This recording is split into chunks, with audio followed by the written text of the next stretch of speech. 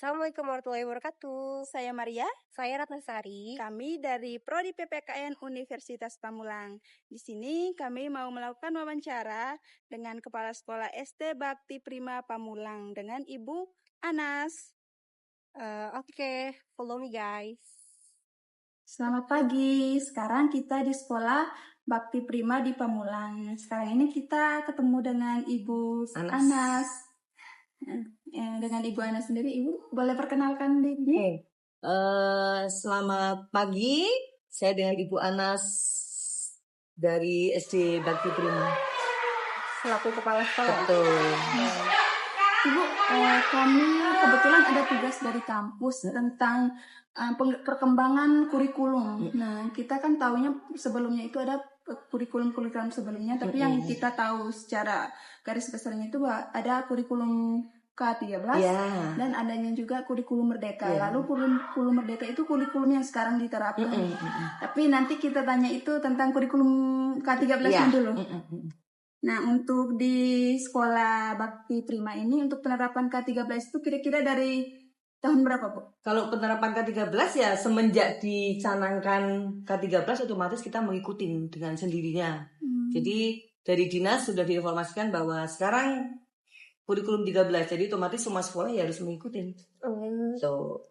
Terus kalau untuk di sekolah ini waktu kurikulum 13 itu Ibu udah jadi kepala sekolah? Sudah, saya dari 2012. Untuk persiapannya apa yang harus disiapkan? Kalau untuk persiapannya kita nggak ini banget ya, karena sudah otomatis kan kita udah guru ya, jadi otomatis bisa mengikuti. Udah bisa menyesuaikan. Ya, udah langsung bisa menyesuaikan kalau K13 itu karena lebih gampang bagi kami. Untuk kendalanya itu iya, kendalanya malah kurikulum 13 sama yang sebelumnya tuh nggak terlalu beda ya? Nggak terlalu beda. Cuma memang kalau dibilang enakan ya kita enakan kurikulum 13 ya, kalau dibilang enaknya. Tapi ya karena kita mengikuti perkembangan zaman, ya otomatis kita harus mengikuti yang sekarang kurikulum. Iya, betul. Berarti nggak ada tantangan. Nggak ada tantangan sama sekali. Karena kita mau belajar. Nah, lalu seberapa nih efektif pendekatan dalam kurikulum 13 menurut Ibu sendiri? Kalau menurut saya untuk pendekatan seperti kayak saintifik seperti itu ya, itu lebih bagus. Karena di situ kembali kayak ke seperti CBS atau cara belajar siswa aktif. Nah, itu otomatis anak itu lebih dominan untuk aktifnya daripada guru. Gitu, itu lebih enak. Untuk yang kalau terkait penerapan pembelajaran tematik itu seperti apa di tingkat SD? Kalau tematik ya seperti untuk pemilahan tema kita sudah ikutin dari guru kita sendiri ya. Cuma yang kalau tematik ini satu tema itu ada berapa mata pelajaran? Itu yang bagi kami awalnya sempat tematik ternyata seperti ini, tapi setelah berjalan seiring waktu ya otomatis bisa jalan. Seperti tes misalnya ya, ulangan tema 1 itu misalnya ada 4 bidang studi yang ada di situ, seperti ada PKN, ada bahasa Indonesia, kemudian ada matematikanya, kemudian ada SPJB-nya. Tapi seiring jalan ya otomatis kita terbiasa. Yang dulunya tes IPA, tes IPS gitu ya. Terpisah otomatis jadi tematik kayak gitu. Kalau dari penerapan yang tematik itu hanya untuk kelas 1 sampai 3 atau sampai kelas 5? Kalau tematik otomatis semuanya dulu. Semua. Iya. Kalau awal-awalnya kan seperti kayak kurikulum Merdeka itu kan awalnya 1-4, terus nanti 1-2, 4-5, terus jadi 1-2-3, 4-5-6 gitu. Kayak percobaan dulu gitu ya? Iya. Kalau ini kan kalau misalkan tematik itu, ini kan kurikulum Merdeka kan kurikulum terbaru ya? Semenjak COVID. Nah, otomatis kan yang jadi guru SD itu bukan yang lulusan baru dong, ada yang karena dia nggak belajar kurikulum yang baru sekarang. Itu gimana cara dia mengupgrade ke kurikulum yang baru?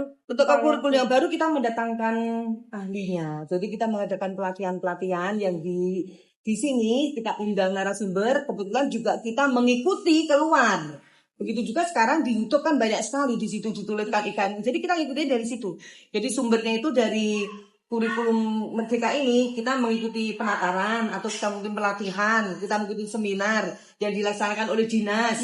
Kemudian kita juga mengundang narasumber yang kompeten untuk datang ke sekolah untuk menerangkan ke guru-guru karena beda ya, dulu namanya KD, sekarang kan otomatis jadi CP, kan seperti itu ya. Jadi berubah seperti itu, jadi otomatis kita mendatangkan yang ahli. Sedangkan guru sendiri mengupdate-nya belajar dari YouTube otomatis di situ. Kan itu ada tata caranya, kemudian ada IKM itu seperti apa, itu ada semua. Seperti itu. Lalu bagaimana nih respon orang tua siswa dan siswa terkait penerapan K13 ini? Kalau orang tua awalnya karena ganti ya dari kurikulum 2006 terus ke 13 kan, kok ganti lagi. Tapi kami bilang bahwa namanya kurikulum itu kan perubahan, seperti proses belajar ya, anak pun mengalami proses belajar itu. Jadi setelah dijelaskan seperti itu ya mereka nggak ada masalah. Karena kita juga tetap harus mengikuti zaman. Iya, kita nggak bisa berdiri sendiri, tetap harus ngikutin karena memang aturannya seperti itu kita harus ngikutin. Kan kita di bawah dinas pendidikan ya. Jadi apa yang sudah menjadi keputusan, ya kita harus jalankan gitu. Kalau sekarang ini kita mau tanya tentang penerapan kurikulum merdekanya. Nah, apakah sekolah ibu itu sudah menerapkan ini kurikulum sudah. 13? Kalau kurikulum Merdeka. Kurikulum Merdeka sudah. Memang harusnya itu kan tahun kemarin kita sudah masuk ya, tapi perlu proses. Jadi baru benar-benar bisa menjiwai, baru tahun ini menjiwai untuk kurikulum Merdeka ini. Ya. Pas awal dicanangkan, dicanangkan itu kan harusnya kita 1/4. Tapi kita sebagai guru masih mempelajari bagaimana sih sebenarnya ini gitu. Adaptasi. Tapi setelah mengerti, setelah paham ya otomatis kita ngikutin gitu. Lalu bagaimana persiapan sekolah pada saat awal penerapan kurikulum merdekanya? Nah itu kita mendatangkan narasumber langsung. Kebetulan kami kan punya rekan di Atmajaya ya. Kemudian ada dosen di sana yang bisa kita minta untuk memberikan seminar. Kemudian dari pengawas sendiri juga kami minta bantuan. Kemudian kita juga kita kan ikut gugus 12 juga menyediakan, kemudian mengadakan untuk acara pelatihan IKM, ya otomatis kita mengikuti semua. Kalau kurikulum Merdeka itu kan identik harus teknologi gitu ya. Betul. Nah gurunya otomatis harus laptop. Wajib itu yang salah satu harus diadakan. Jadi ada dari nggak ada harus ada gitu. Itu harus semua laptop semua karena kan semua di sistem. Iya, itu seperti itu. Untuk urusan administrasi guru pun tetap harus ada laptop. Iya, harus semua kita laptop. Jadi semua guru wajib laptop satu-satu mereka. Dan di situ kan kita dituntut sebagai guru kita dituntut harus kreatif. Betul. Ya. Gimana apalagi kalau materi PPN itu kan membosankan banget ya. Maksudnya kayak sejarah gitu. Gimana guru-guru di sini tuh biar pembelajaran buat anak SD itu nggak bosen. Kalau untuk belajar gitu selain di dalam kelas kita bisa mengadakan di luar kelas. Itu begitu juga kalau di dalam kelas kita tidak hanya bercerita tetapi kita menggunakan infokus. Jadi anak itu kan jadi diberikan di situ. Kayak anak kan tidak mengenal Presiden pertama Soekarno, dia tahu Soekarno yang seperti apa. Kalau kita nggak ada gambarnya, anak itu tidak tahu. Audio visual. Iya. Kalau untuk di outdoor, contohnya? Kalau outdoor kita misalnya hari ini nih kita belajar masalah bayang-bayang. Artinya untuk mengetahui bayangan kita, kalau pagi hari itu terletak di sebelah mana sih? Kalau kita nggak keluar dengan melihat sinar matahari kan kita nggak tahu bahwa bayangan kita itu ternyata kalau kita ada di sebelah barat, kalau pagi hari itu lebih panjang. Kenapa lebih panjang? Jadi kan di situ harus tahu. Kemudian termasuk misalnya tumbuhan lah. Tumbuhan seperti ini apa sih bagian-bagian tumbuhan? Akar-akar itu apa? Kalau anak nggak ngerti kita harus cabut tanaman. Ini loh namanya akar. Ini loh namanya batang. Seperti itu. Seperti fungsi dari tumbuhan sendiri kan anak kadang nggak tahu bahwa akar tuh kenapa kalau dibilang akar itu menyerap air terus dibawa ke batang kemudian ke daun. Kalau nggak ada anak itu melihat sendiri nggak bisa. Kalau untuk PPKN di sini untuk penerapan nilai-nilai Pancasila itu gimana ya? Kalau penerapan nilai-nilai Pancasila, kebetulan ini kan sekolah Katolik. Tapi kita umum, yang sekolah di sini pun umum. Anaknya ada yang beragama Islam, ada yang Kristen, ada yang Buddha, ada yang Hindu, bahkan ada yang Konghucu. Sampai kepercayaan pun kami ada. Anaknya. Kemudian kalau untuk seperti itu, pas kita mengadakan acara-acara ya, acara misalnya Agustusan, kemudian acara Hari Pahlawan, kemudian ada acara apa namanya itu pentas seni, itu semua terlibat. Kemudian di Pancasila sendiri anak-anak terutama yang kelas sudah mulai besar ya dalam kegiatan upacara bendera mereka terlibat semua. Gitu. Kalau untuk acara keagamaan Agama kita ngikutin Katolik, jadi otomatis Natalan dan Paskah. Tapi pada saat puasa kami berbagi takjil. Jadi seru ya? kemarin kita mengadakan di depan sekolah, jadi anak-anak beberapa anak dari kelas 1 sampai 6 perwakilan datang ke sekolah untuk memberikan takjil. Itu sama juga nilai toleransi. Betul. Terus kami karena kita tinggalnya di wilayah ya di sini kebetulan kan mayoritas kan Muslim ya. Pas hari pertama setelah sholat Id, guru-guru berkunjung ke warga yang kita merayakan untuk apa namanya silaturahmi lah seperti itu. Toleransi juga ya. Ya, terus bakti sosial. Bakti sosial ini kemarin bulan April pas kebetulan masih puasa ya. Jadi kami anak-anak beberapa anak kami bawa ke beberapa warga untuk memberikan ya namanya sembako walaupun tidak banyak. Kemudian anak-anak yatim yang RT sini itu kami undang ke sekolah untuk kami berikan. Itu seperti itu. Dan itu kita kerjasama dengan Pak RT dan Pak RW yang ada di Masjid 5 betul. Gitu. Kalau Ibu yang terkait kebebasan belajar siswa di sini kan kita bahasnya di jenjang SD-nya. Lalu kebebasan belajar untuk mata pelajaran tentu Kalau di SD nggak ada ya? Nggak ada. Kalau untuk ekstrakurikuler baru mereka bebas memilih. Jadi kami siapkan beberapa ekstrakurikuler itu anak tinggal pilih. Kalau mau mengikuti semua asalkan dia tidak mengganggu jam belajarnya di rumah ya silakan. Terkadang kan ada orang tua yang Bu biar dia ekskul 3 ya silakan. Wong kita bukanya kan sore toh. Terserah monggo. Cuma kami batasi kalau kelas 1 2 belum bisa untuk futsal. Kemudian belum bisa untuk basket karena kan apa ya butuh tenaga fisik yang kuat ya. Tapi kalau untuk menari, menggambar itu silakan mereka pilih. Itu untuk kelas 1 2 udah boleh. Iya, kita kan ada seni musik, ada menari, ada menggambar. Silakan dia pilih. Kalau tiga-tiganya mau ngikut, kalau nggak bentrok waktunya ya silakan. Boleh kalau tiga-tiganya? Boleh. Ada anak yang sampai 4. Dia ikut futsal, dia ikut tapi basket. Tapi untuk ke pembelajaran dia ngaruh nggak? Enggak.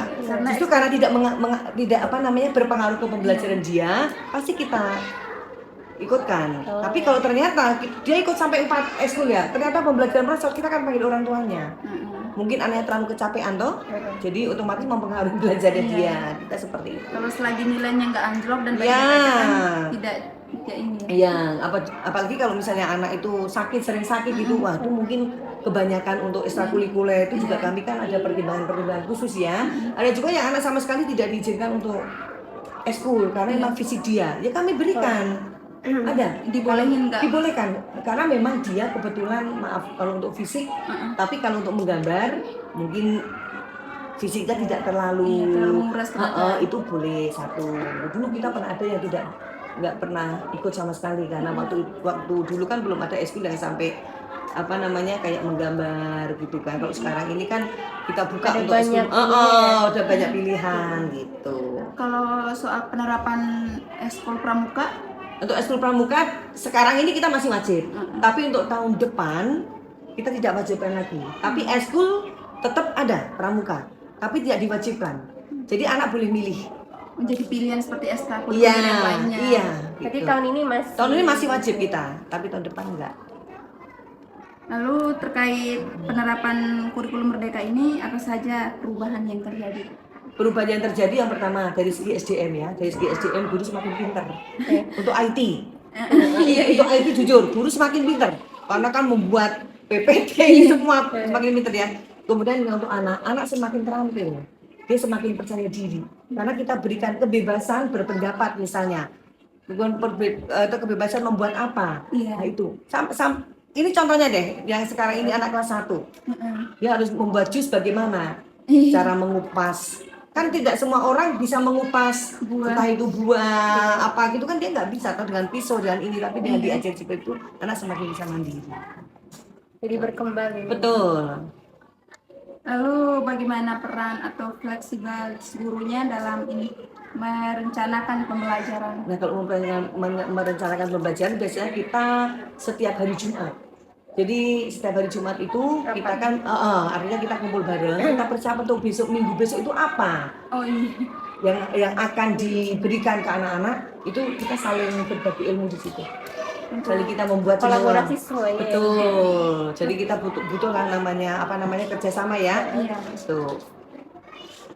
Kalau soal tantangan untuk kurikulum merdekanya, Tantangannya tadi, gurunya harus banyak belajar, terutama di IT. Apalagi yang usia-usia udah kayak kita, yang udah di atas 50 tahun, itu kan kalau untuk IT kan memang perlu, Apalagi tidak sekarang seperti anak lebih- muda sekarang ya, yang kalau kita memang perlu proses pembelajaran gitu. Ya bagi sekarang komputernya lebih banyak Betul. versinya ya. Iya. Benar. Lebih gitu. Kalau yang terkait tantangan tadi kan guru udah mendatangkan segala narasumber Betul. segala macam, itu kan sebuah fasilitas untuk melatih guru-guru yang memang ada keterbatasan, kayak pengoperasian komputer atau pengetahuan tentang kurikulum merdekanya, itu kan tidak dari yang dijelaskan di awal. Lalu sekarang ini kita masuk ke perbedaannya antara kurikulum merdeka dan kurikulum 13-nya.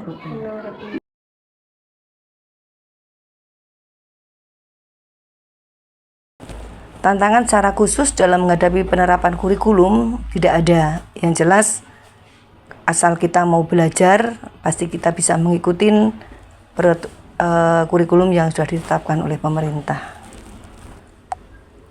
Untuk pelajaran PKN dalam kurikulum Merdeka ini lebih bagus karena anak-anak dituntut untuk mengerti, memahami perkembangan yang ada dalam negara Republik Indonesia, terutama anak-anak lebih mengenal dari segi Bhinneka Tunggal Ika, baik adat, baju, pakaian, makanan, dan lain sebagainya. Untuk perubahannya dari pengajaran PKN dibandingkan dengan kurikulum 2013 tentu ada, walaupun secara khusus tidak terlalu berubah karena memang rata-rata untuk pelajaran PKN itu diterapkan mengenai sikap anak, budi pekerti anak, dan tingkah laku anak. Untuk hasil belajar dari PKN tersebut, sekarang kita benar-benar bisa melihat bahwa anak itu mampu mengikuti perkembangan yang ada, baik itu dari budi pekerti anak sendiri, tingkah laku anak, sopan santunnya, maupun dia lebih mengenal kebudayaan bangsa Indonesia. Dalam menghadapi kurikulum Merdeka ini, kita banyak memfasilitasi guru-guru dengan pelatihan-pelatihan yang ada. Kalau guru tidak berlatih, tentu akan mengalami kesulitan karena dengan kurikulum Merdeka ini guru dilatih untuk terampil, baik itu secara IT maupun dalam penyampaian materi-materi pelajaran. Pemerintah sangat memfasilitasi dengan adanya penerapan kurikulum Merdeka ini, terbukti dengan adanya seminar-seminar, baik itu seminar secara gratis yang dilaksanakan melalui YouTube ataupun kegiatan seminar yang dilaksanakan oleh Dinas Pendidikan terkait. Pemerintah sangat memberikan dukungan dengan adanya seminar-seminar tadi yang sudah saya sebutkan, bahwa seminar-seminar itu sekarang banyak sekali untuk meningkatkan kualitas dan SDM guru dalam menerapkan kurikulum Merdeka. Di YouTube itu sudah tertera banyak, bahkan sering kita diundang untuk mengikuti IKM baik itu secara langsung ya maupun secara online. Para pendidik tentunya lebih harus ditingkatkan dalam IT, metode pembelajaran, karena untuk kurikulum Merdeka dan kurikulum yang 13 dan sekarang menjadi kurikulum nasional ya, itu benar-benar berfokus pada anak. Jadi anak benar-benar lebih bisa mengembangkan talenta masing-masing sesuai dengan kemampuan yang ada di dalam diri faktor anak. Sekian wawancara kita dengan Ibu Anas. Bila ada kata yang kurang berkenan kami minta maaf, Bu. Ya, sama-sama Terima kasih ya. atas waktunya ya Mi. Sama-sama, mudah-mudahan bisa membantu lah ya tugas kalian. Sukses selalu ya Mi. Amin, amin, amin. Oke. Ya. Halo, selamat pagi. Sekarang kami dengan Adek Art sama Adek Kelsen. Kita mau wawancara terkait Pembelajaran. pelajaran di sini. Dek, hari ini belajarnya apa aja mata pelajarannya? Hari ini belajar Kerajinan, buat kerajinan. Oh, SPDP. ya SPDP. Selain SPDP apa lagi hari ini? ada buat puisi buat menghias mading. Oh, itu bahasa Indonesia. Perasaannya gimana hari ini pembelajarannya? Senang. Kelsen senang. Art juga senang. Sulit nggak? Kalau nggak terlalu sih. Nggak terlalu. Kalau untuk PKN ada nggak mata pelajaran PKN? Ada. Biasanya di hari apa aja tuh pelajaran PKN? Biasanya hari Senin, Selasa Senin sampai Selasa. Oh, berarti dalam 1 minggu itu 3 kali. 3 kali atau berapa? 1 minggu. Kelsen tahu? Dua. Dua. Oh. Biasanya kalau belajar PKN di jam pertama atau jam terakhir? Biasanya kadang-kadang di tengah-tengah. Oh, di pertengahan. Berarti setelah break istirahat pertama. Iya. Iya. Kalau gurunya ngajar materi PPKN itu dia pakai apa? Maksudnya kan kayak kalau kakak itu kan kalau di kampus pakai itu ya fokus atau video foto itu Ditampilin di fokus. Kalau kali ini pakai apa? Pakai papan tulis. Siapa yang tulis sendiri atau digambar? Tulis. Dia gurunya gambar-gambar gitu nggak kayak misalkan kalau materi buat nyapoin kadang ya. Iya, tapi jarang. Jarang. Kalau misal nih kayak belajar tentang Pancasila. Nah, Pancasila itu kan ada simbol-simbolnya. Tahu simbol-simbol Pancasila? Yang apa aja simbol Pancasila? Ada bintang, ada pohon beringin, Iya. ada kapas, Iya. terus ada Pak? Pak kepala banteng. Iya. Nah, kalau bu gurunya atau Pak gurunya sering bawa contoh-contoh itu ditampilin ke Infokus kah atau bawa gambar kayak stiker-stiker gitu? digambar di papan tulis. Digambar di papan tulis. Menurut Adek kalau ditampilin di Infokus kayak ditampilin gambar-gambar di Infokus itu lebih cepat paham atau digambarin pun itu lebih mudah untuk dipahami? Digambar. Sama aja. Nah, Tapi udah pernah gitu kalau guru mengajar pakai Infokus ditampilin di layar kayak gitu atau diputarin video? Ya, lebih suka yang mana? Biasanya sih yang digambar biar Yang lebih digambar bisa dilihat berapa kali. Oh iya. Oh berarti kalau video tuh dia ini ya langsung ganti slide aja. Tapi kan kalau video kan biasanya animasinya itu bermacam-macam. Itu kan ketertarikan untuk anak-anak kan biasanya suka gitu. Jadi lebih suka video kah atau lebih suka digambar? Menurut aku Dua-duanya menyenangkan. Tapi untuk PPKN sendiri suka nggak secara personal dari hati? Nggak apa-apa, jujur nggak apa-apa, suka atau enggak? biasa aja sih. Biasa aja. Biasa aja itu karena pembelajarannya itu selalu di kelas kah atau gimana? Di kelas. Jadi nggak pernah di outdoor gitu ya?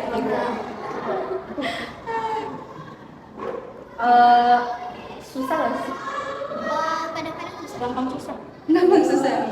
Kesulitan apa yang pernah Dek Prakaryanya ada gitu atau dia gurunya ngejelasinnya kurang jelas atau gimana?